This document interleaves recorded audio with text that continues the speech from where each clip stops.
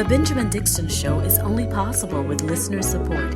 Go to www.thebenjamindixonshow.com to register for our blog and join the Progressive Army.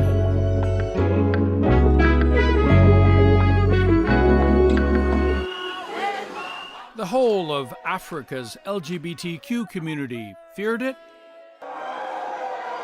as Uganda's parliament cheered it, ignoring warnings from the West to pass the harshest anti-gay law in the world. Lawmakers declared victory. If you perform a sexual act with a person of the same sex, then you have committed the offense of homosexuality. And what is the punishment? Imprisonment for life. So-called aggravated homosexuality, including gay sex while infected with HIV, can carry the death penalty. Those who help the LGBTQ community also face up to 20 years in prison. Activists were in tears. Where are we supposed to go? How did we become refugees in our own countries? Today is Tuesday, May 30th, 2023. Thank you so much for joining me. That is news now of the president of Uganda signing into law an anti-gay bill, the most draconian anti-gay bill on the face of the planet. This comes, and it is important to note, this comes with tremendous lobbying and support from the white evangelical church here in the United States of America.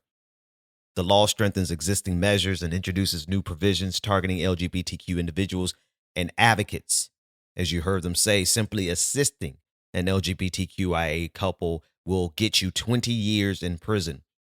Same-sex relationships now carry harsh penalties, including life imprisonment. You won't go to jail simply because you are gay. But if you participate in same-sex activities, you go to jail for life. You see how they want to split that hair? That, oh, you can be gay. You just can't do gay things. And if you do something gay, you go to jail for life. I want to pick up right where I left off on Friday and ask Christians of all races, but particularly Black Christians, how far are we going to go with our homophobia and transphobia? Are we going to imprison people for life? Are we going to include the death penalty as being advocated for by preachers here in the United States of America? I mean, we're here now, folks, right? Africa, Uganda is merely a testing ground for how much the world is willing to allow a quote unquote sovereign nation, because it is a sovereign nation. And I put the quotes there because that's the key factor. Of course, Uganda as a sovereign nation has the right to pass these laws.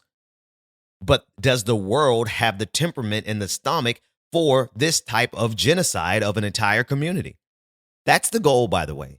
The goal is to, quote unquote, end homosexuality around the globe. It's fascinating to me as a man of faith myself to see how much emphasis, not even just emphasis, like the totality of these people's religious identity is locked into their hatred of a specific group. Now, that part should not be surprising because of the history of religion on the face of this planet. But it is kind of appalling in the year of our Lord 2023 to see that now we're ready across the globe. We're ready to take such a big step backwards in humanity that we're ready to start executing people simply because of how they have sex, who they have sex with. That's where we are. And the irony of it starting in an African nation in Uganda is not lost on me, simply because of the amount of support they will need from Black faces all over the globe, particularly here in the United States, to pull it off. They will not complete their goal of genociding the LGBTQIA community without a very diverse coalition. And so much money was invested in this project in Uganda by white evangelicals. And here's the twisted irony of it. Now, those who support this law in Uganda, whether they be Ugandan or whether they be outsiders, they are now attempting to label anyone who opposes this draconian law as colonizers. I got called a colonizer yesterday. It was the most fascinating thing in the world. Because as we all know, colonizers are known for going around the globe trying to liberate people from oppressors, right? Because that's the definition of colonizer in the year of our Lord 2023, when words have no meaning, especially when you have to change the meaning of words in order to get your agenda accomplished. And furthermore, it's ironic simply because of the people who are funding this effort, white evangelical religious zealots from the United States of America have poured money into this campaign to not only inflame hatred towards the LGBTQIA community, but to use the force of law to punish them. Here's more on that from the AP. We're also experiencing a regression of rights all around the world. There is a very well-funded, coordinated effort in many countries around the world, including the United States. And who are some of those Americans who have committed their life to promoting this anti-gay sentiment across the globe, specifically in Uganda? Scott Lively, a Republican conservative activist who attempted to run for governor in the state of Massachusetts, and I'm going to play a clip. He attempted to spread his anti-LGBTQ language and message in Massachusetts and across the United States of America and got laughed at. But he wasn't laughed at when he went to Uganda with the same exact message. In fact, he was not only welcomed by politicians, conservative politicians in Uganda, he was broadcast on Ugandan television. Listen into this report. And trigger warning, the language and the messaging is extremely disturbing. You are never going to stop AIDS until you stop treating homosexual sodomy as a civil right and start treating it as a form of conduct to avoid. Evangelical minister Scott Lively is an awkward fit on this stage. He's running for governor of Massachusetts, one of America's most liberal states. And he's running on a fiercely anti-gay platform. At this hustings run by a local gay rights group in Boston, his message was widely greeted with derision and ridicule. Why would we be propping up homosexual relationships instead of encouraging people into healthy, normal families? It's completely backwards. Now, again, that's the laughter in the United States, particularly or specifically in Massachusetts. Here is the same messaging that he gave speaking in Uganda. How dare you say that homosexuality and pedophilia are equated? Well, they are equated. They are equated. But it was very different when he took his anti-gay message to Uganda. Here he was at a conference in 2009, attended by Ugandan lawmakers and religious leaders. The gay movement is an evil institution. The goal of the gay movement is to defeat the marriage-based society and replace it with a culture of sexual promiscuity. His presentation, part of which was broadcast on Ugandan television, focused on what Lively called the gay movement and its agenda. This is something that I have invented. This is a scale, it's called the scale of gender normalcy. He went on to list several categories of gay men. And I call these, the first category, super machos. These were the Nazis, the ones that helped Hitler come to power at the beginning, the jackbooted thugs. Now, he goes on to list many, many, many more, but I want to stop there because we're also in a very interesting time where conservatives who have a direct philosophical underpinning tied to fascism, particularly in this country right now in 2023, the strand of conservatism that we are fighting against has a direct tie to fascism, to Nazism. In fact, it's the irony of it is that Adolf Hitler absolutely murdered gay people as well. But we're in a time where they're doing a spin. They're trying to reverse history and to flip it on its head to suggest that Hitler, the reason Hitler came to power, did you hear his language, was because of gay macho men? It is laughable, except the fact that he started planting these seeds back in 2009. He's not by himself, but he's the one who's the most vocal and the one we have the most media on because he's put his entire life into this.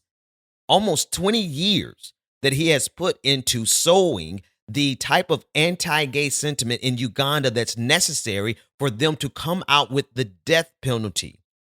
And then of course you have people like Michael Knowles from the Daily Wire who said that we need to eradicate transgenderism from the face of the planet. He comes around and says, "Oh, it's only the death penalty if you rape children." And I'm sorry, I need to read the precise language of the text because to me it sounds like they're only going to execute gay people who quote unquote rape children, not straight people who rape children, because as we all know, this globe is riddled with people, with adults, with grown men who take advantage of children, both boys and girls. And if they were to extend that death penalty to everyone, see, it's attached to this anti-gay bill, but if they extended this to everyone, then Uganda will find themselves having to execute Catholic priests as well because of the history that Uganda has in their Catholic church with molestation, with sexual assault against children. Okay, I'm going to pause trying to take time to analyze this reasonably and rationally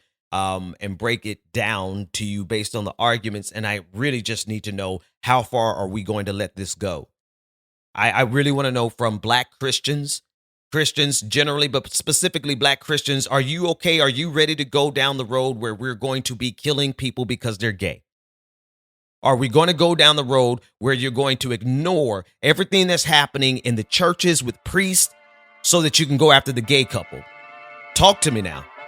Let me know who you really are.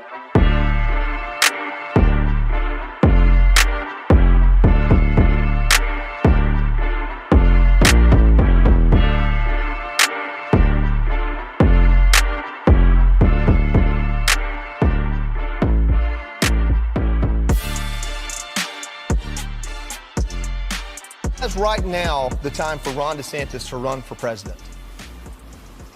Because everyone knows if I'm the nominee, I will beat Biden and I will serve 2 terms and I will be able to destroy leftism in this country and leave woke ideology on the dustbin of history. People got so mad at me over the weekend when I tweeted out the images from the 2022 Turning Points USA event in Tampa, Florida.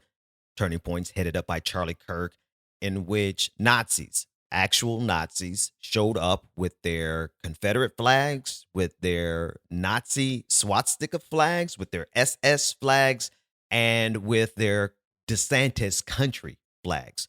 I shared that on Twitter this weekend, and some 8 million people have seen it, thanks to all of the right-wing trolls who swooped in to argue. And I kid you not, their argument was because one of the flags had not been properly ironed. It still had creases in it. It looked like it had just been taken out of a package. They said because of that, it was a Fed operation and they weren't actual Nazis and they weren't really supporters of Ron DeSantis.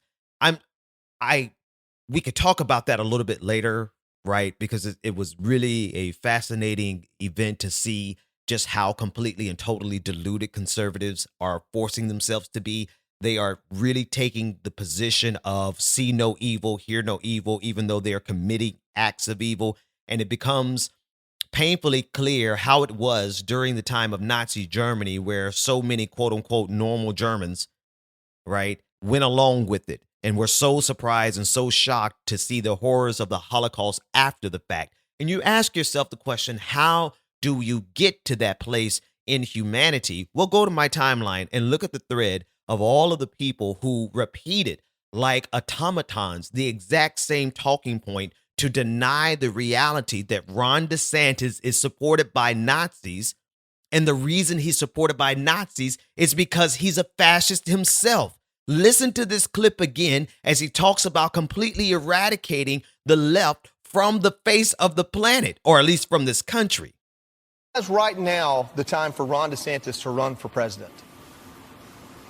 Because everyone knows if I'm the nominee, I will beat Biden and I will serve 2 terms and I will be able to destroy leftism in this country and leave woke ideology on the dustbin of history. So please forgive me if I do have an all hands on deck approach to Ron DeSantis. Now, don't get me wrong. Donald Trump is not too far from this guy whatsoever. So in a competition between Godzilla and Muto, you let them fight. Well, actually, in this case, you do your best to sabotage both of them so that they both can destroy each other in that fight.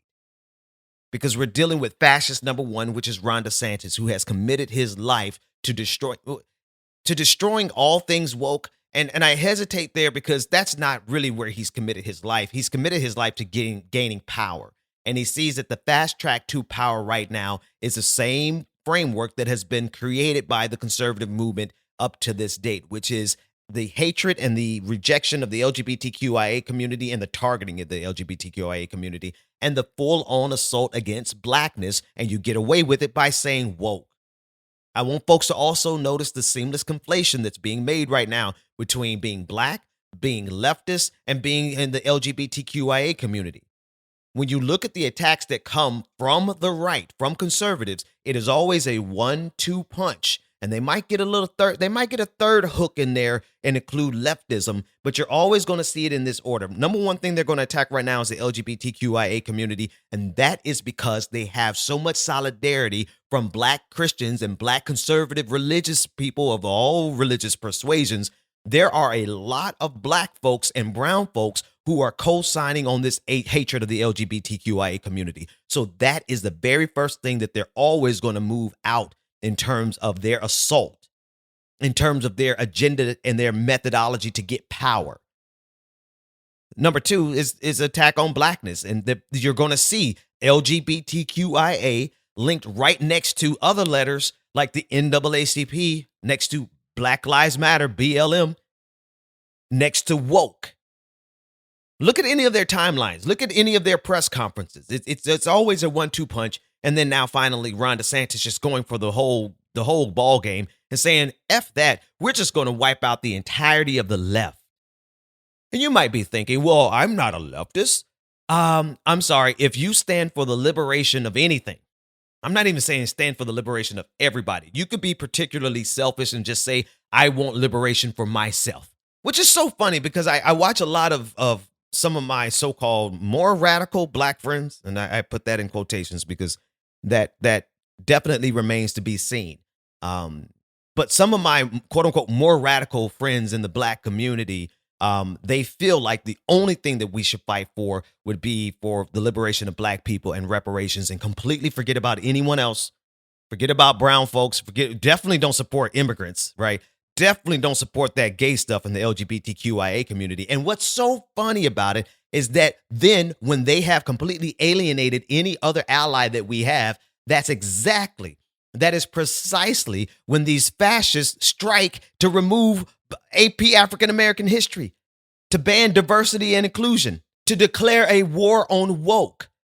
So to all of my quote unquote more radical black friends out there who think that the most radical thing that you could do is to stand in isolation in a silo and reject our friends from the LGBTQIA community, to reject our friends who are migrants and asylum seekers and just stand by yourself, well, great. They've got you exactly where they need you, which is alienated and isolated alone. So once they get done attacking the LGBTQIA community, well, then they can wipe you out so much more easily because there's no one left to defend you. And they were after you too, all along. Go to www.patreon.com/The BPD Show and get twice the content and unfiltered interviews without any of the commercial interruptions. Here we go. Very special thank you for the tip for the cup of coffee that was brought to me by Ryan Foreman on Cash App. Thanks so much for the tip, my friend. This entire party is for you. Turn up the volume. And I can't mention Cash App without mentioning Lateef for always holding it down. You too can get your own personalized shout out either by becoming a patron at patreon.com/The BPD Show or shooting us a Cash App at Cash App $BPD 2018. I don't even know it that well. Patreon.com/The BPD Show, where you get twice the content, none of the commercial interruptions, and you get access to our bi-weekly patron party, which we should have one coming up soon because it's my birthday. Patreon.com/The BPD Show, birthday party coming. We'll see you after these commercials.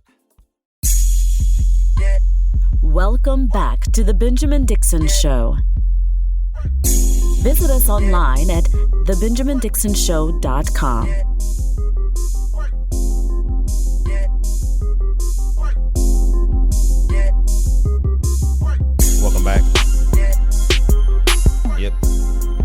I'm not done. I'm not done with Ron DeSantis in that clip yet. I want to play it one more time because I want you to imagine for one moment what would be happening all across the headline news today had a Democrat, God forbid a black Democrat. Could you imagine? Could you imagine Barack Obama launching his campaign in 2007, 2008, saying he was going to remove and destroy conservatism and throw it into the dustbin of history? Listen to this fascist. Is right now the time for Ron DeSantis to run for president?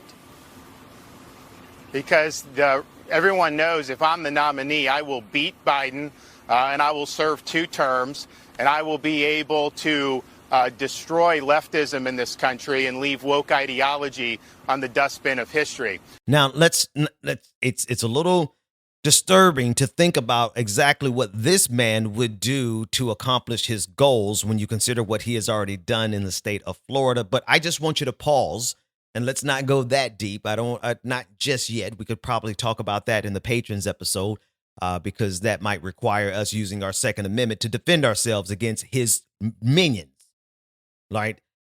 So let's hold that conversation for patrons. Patreon.com/the BPD show. I just want to talk politically for a moment. Can you imagine a single Democrat being able to go on MSNBC and say something as not only inflammatory, but as dangerous as this little pudding-fingered Mussolini said on Fox News yesterday and not be roundly condemned by the entire machine, by the media, by politicians of both parties, by every representative, the president, from the vice, everyone, no matter what their political persuasion would have been, would have condemned a Democrat going on national television and saying something like that. But Ron DeSantis gets a free pass. Well, I'm going to announce my campaign for presidency, and my platform is one thing and one thing only. It is the complete eradication of conservatism from the face of the planet. How about that? That's what I'm running on, because conservatism is a threat to humanity. Conservatism is a threat to our species. Conservatism is a threat to this planet. It is so completely brain dead and smooth brain koala-like that it is going to destroy this planet for the sake of quarterly profit margins. For the future be damned. Nobody who cares about 20 years from now, because that's what the ideology of conservatism teaches. Conservatism teaches that greed is good. Conservatism teaches that greed is the fundamental organizing principle that we should use to organize this planet, and we see the results. We saw the ocean literally on fire. Do you remember the Gulf of Mexico being on fire because of an oil leak? It looked like a portal into hell.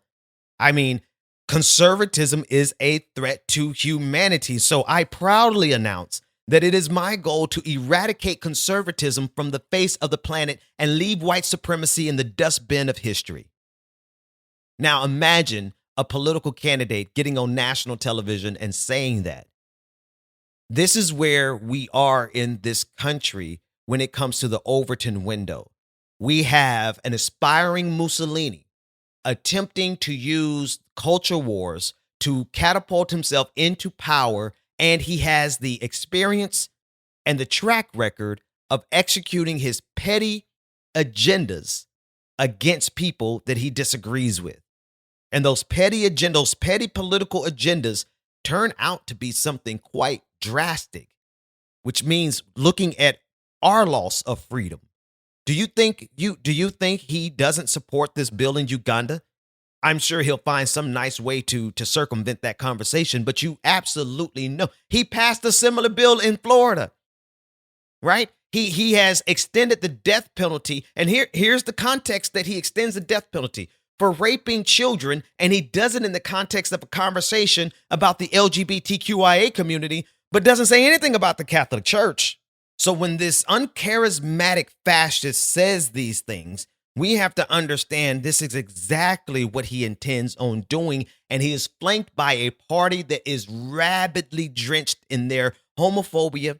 They're rabidly drenched in their anti-blackness, and they are ready to strike. They are literally prepared to strike, and they have convinced themselves, look at this episode in its totality, they have convinced themselves that any type of crime or atrocity that is enacted by someone who claims to be from their faction is in fact a false flag. So now anything that happens, any violence that happens, they can just ignore and say, oop, it wasn't us, it was the feds. I want you to put all of the variables on the table. Look at the type of politicians we have in this moment.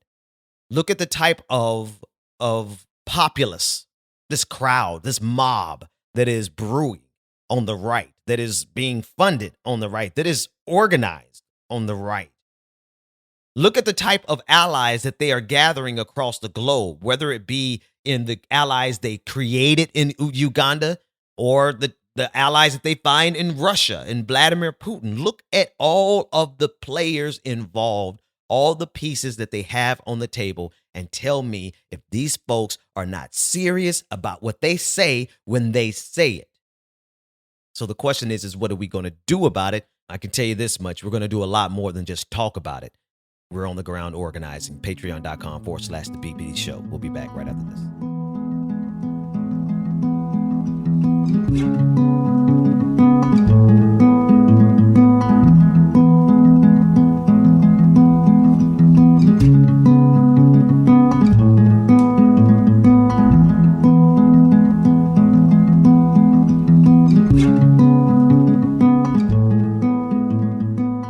Later today, I will be gathering with local activists, organizers, and pastors who are responding to the death of the 54-year-old man who died in Duval County custody, the sheriff's department's custody. I covered it last week. Dexter Berry, 54-year-old man who was arrested for having a verbal argument with his neighbor. And I think the first place we start is the ridiculousness of the arrest in the first place.